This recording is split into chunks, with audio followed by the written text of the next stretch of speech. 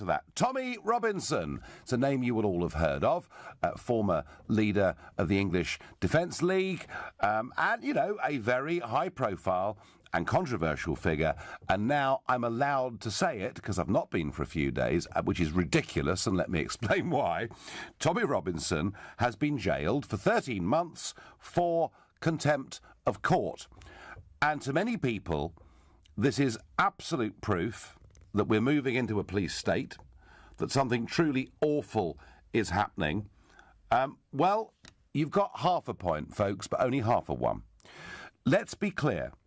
Tommy Robinson was under a court order not to interfere with the judicial process in any way at all. He chose, for reasons of self-publicity, and not to benefit anything that would help society. He chose willfully to breach that.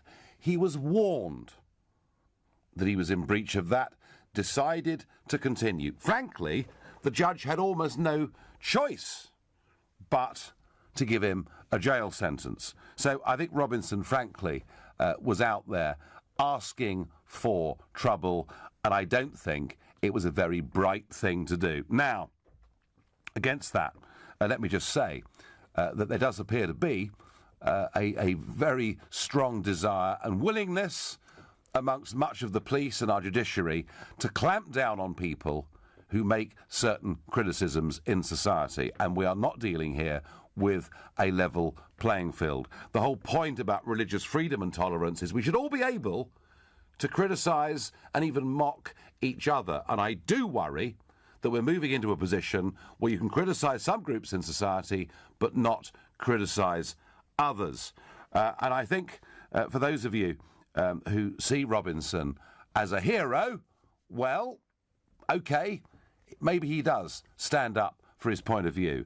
But believe you me, his imprisonment in this case is not heroic in any way at all.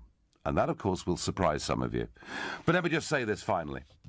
The fact we weren't allowed to talk about this for several days because of reporting restrictions is just a nonsense, because the internet has been awash with it. And the reason is the legislation covering reporting restrictions came in 1982 when, well, hardly anybody even had a computer back in 1982, let alone the internet. And we're in this ridiculous world where newspapers, television stations, radio stations are told, under reporting restrictions, they can't discuss some things, but out there on Facebook and Twitter and Instagram, or whatever it is, there's a big open discussion going on. It's a nonsense, and I do feel that what I've just said about Robinson, I'd much rather have said at the end of last week than having to wait legally until today. Something fundamental needs to change with our reporting laws. The internet has changed the game. So maybe, just maybe, Parliament should wake up to that as well